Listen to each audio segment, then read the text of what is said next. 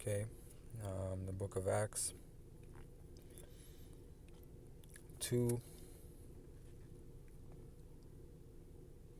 and 16, and this is found in the book of Joel as a reference. But this is that which was spoken by the prophet Joel, and it shall come to pass in the last days, we're in the last days, saith the Most High, I will pour out of my spirit upon all flesh. See, so the Most High is pouring out his spirit upon all flesh, so even other heathens, other nations will have dreams. That doesn't make them Israelites, that doesn't make anything like that. It's just a testimony of his coming. That's all it is. He's showing you, look, this is what's going to happen.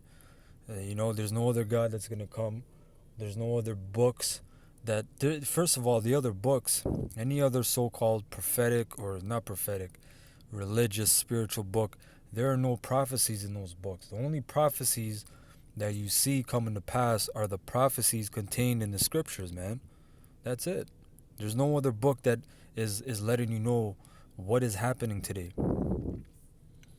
The Most High is pouring out his spirit upon all flesh, and your sons and your daughters shall prophesy, and your young men shall see visions, and your old men shall dream dreams.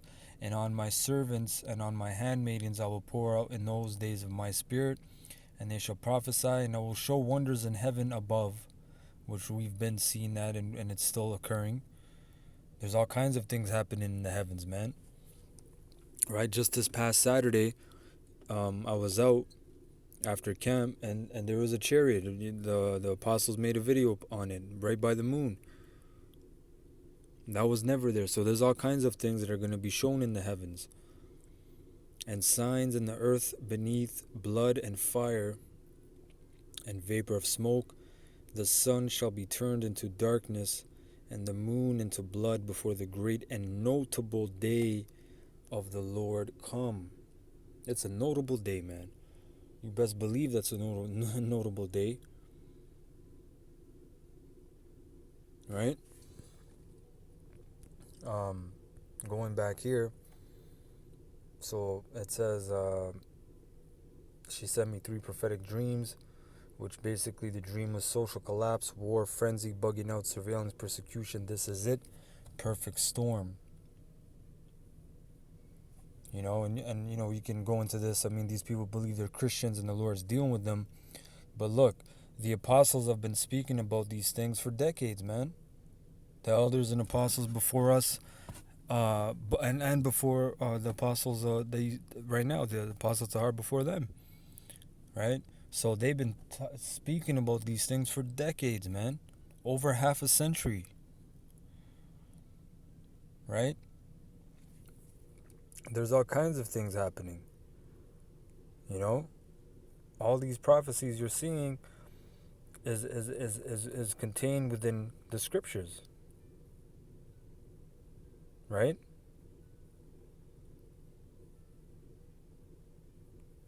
There's a bunch of things happening, man. And again, these things could mean, this can be Esau messing around with the harp, no doubt. But at the same time, brothers have to remember that Esau is the Most High's weapon. He is a sword. Who wields the sword? The Most High. Esau is a sword, though. There's all kinds of things that are going to start happening. There's a lot of things he posts. I just wanted to bring out a few because I've seen them. Right? This is one. Clearly, this is prophetic, man. Study riots have hit 48 out of 50 of largest U.S. cities, man. See, so look, the times we're living in is written in the book of Matthew 24, and also the other gospels, but this is one of the most known. Matthew 23 or 24 and 3. And as he sat upon the Mount of Olives, the disciples came unto him privately, saying, Tell us, when shall these things be? And what shall be the sign of thy coming and of the end of the world, which we are living in the end of the world. But what does the end of the world mean? The end of the world really means the end of this kingdom or this rulership we are under. We are under a banker, a totalitarian rulership, which is Esau, you so-called white people. At the top is you Edomites, right? It's a oligarchy. Few men at the top, super elite men, rule this planet, and this is their world. Because the concept of the word world, there's many assets to it or facets to it. There's many sides to it. It's multifold. You have world in the sense of an organization or body of something. Just like, right, you have the animal world, but within the animal world, you have the insect world, you have the amphibian world, you have the mammal world, right?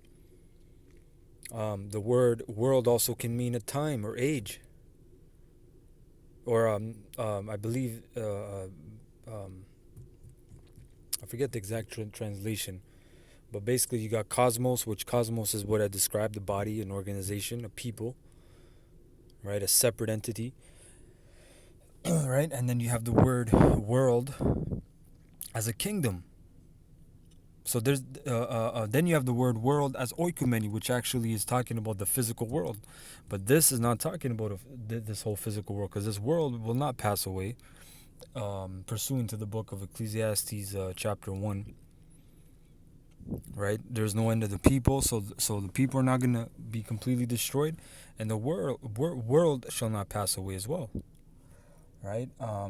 Verse 4: And Yahushua answered and said unto them, Take heed that no man deceive you, for many shall come in my name, saying, I am the anointed, and shall deceive many.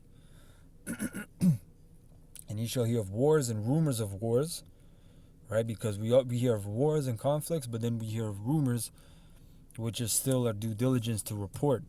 Because even though it's a rumor means it could be true.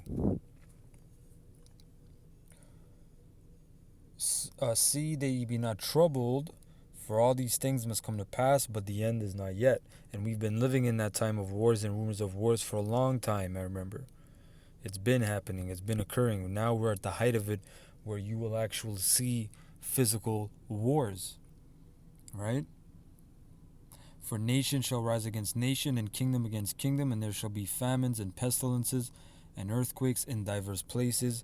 All these things are the beginning of sorrows. We've been having that. Then shall they deliver you up to be afflicted, and shall kill you, and you shall be hated of all nations for my name's sake. Again, the persecution upon those that fear the Lord. You know, because these people, look, man, these people are on a certain wavelength. Basically, they're on Satan's train ride, you know, and they don't know where they're headed exactly. It's just fun for them. It's just a joyride. But these people, you know, I was speaking about this at the Feast of Tabernacles with the brothers, why it's so important. Now I understand it fully.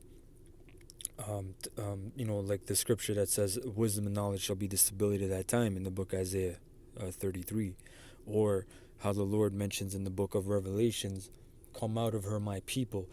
How important that mindset is, not to be attached to this world, to this place, and your hopes and your passions and your desires are not stirred, you know, that you're solely dependent upon this place. But these people are so fully entangled and have so much investment in this place, physically and emotionally and spiritually, that anything this place tells them, you know, the vaccine comes, the chip comes, they are with it, because they need to continue their business.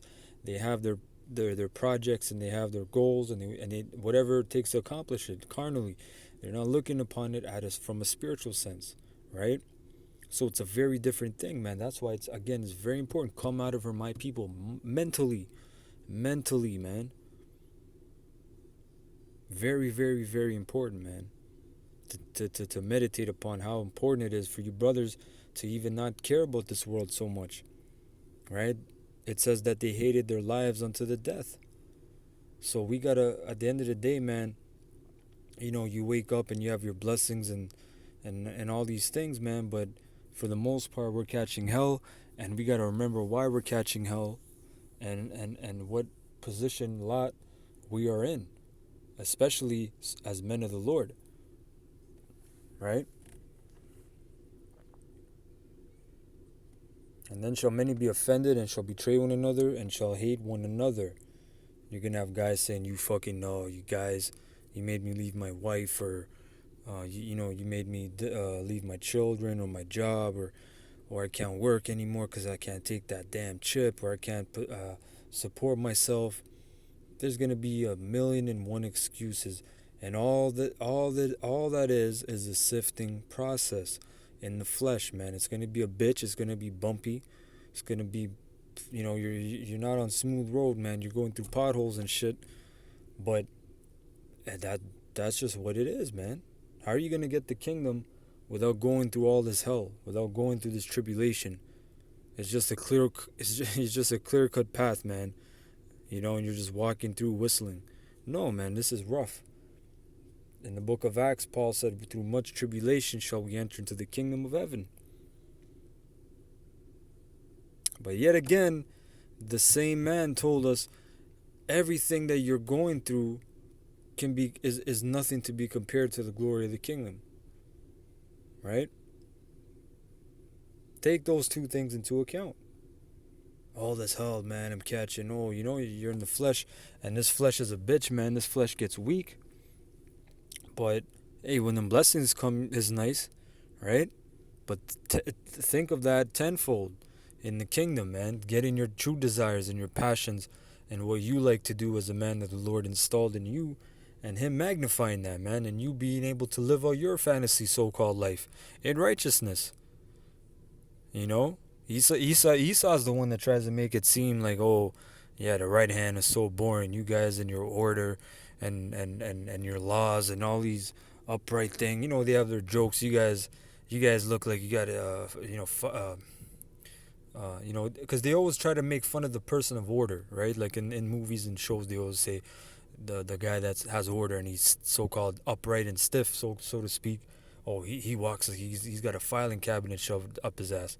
All right, they got jokes to be what? To be loose, to be a sloth, basically to be a damn degenerate, man. Do as thou wilt, a damn degenerate.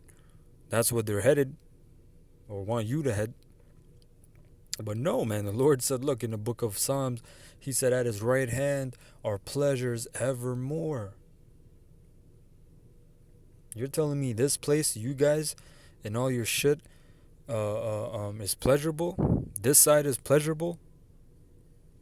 This side is a quick dopamine rush and then a slow injection of poison. And you're on your way out, man. This is hell. And many false prophets shall rise and shall deceive many. You have a lot of Israelites that will tell you it's okay to take the mark of the beast. No, that's not the mark of the beast. Matter of fact, that's just the next step. You need that. Oh, how are you going to feed your family? How are you going to feed yourself? Think about it. Oh, don't listen to those GMS guys.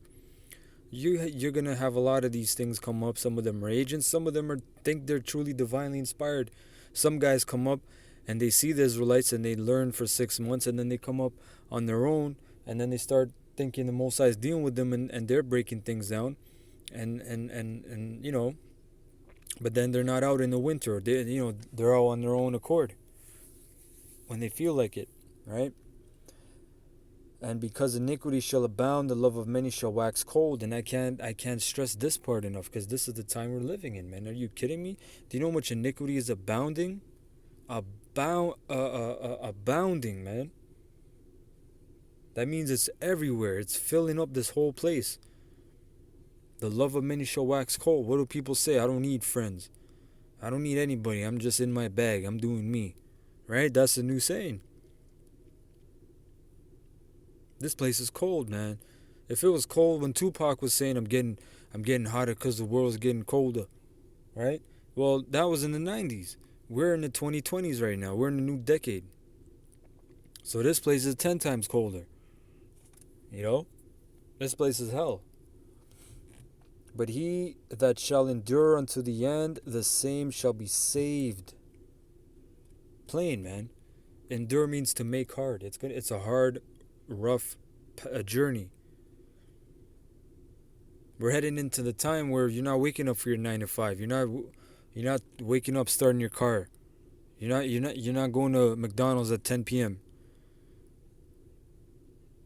You're not getting gas anymore. You're not going to pop your woman. You know? You're not going to the movie theater. We're coming into the time of you're not going to school. We're coming into the time of you're trying to look for bread. You're trying to not get killed by you know, some gangs out there. You're trying to get some water. You're trying to stay warm. That's the times we're coming into. You know? Going back here. See, this is all prophecy, man. Alright? And with that, I want to say Kahalolim, La Yahweh Ba'Shem Yahushai, Ba'Shem Rachakadash, the honor to the apostles of GMS who rule well, alright, who I learned this truth from, and salutations unto you, Hakim and Akwatim Meteki. Alright, until next time, Lord's will, let's say Shalom.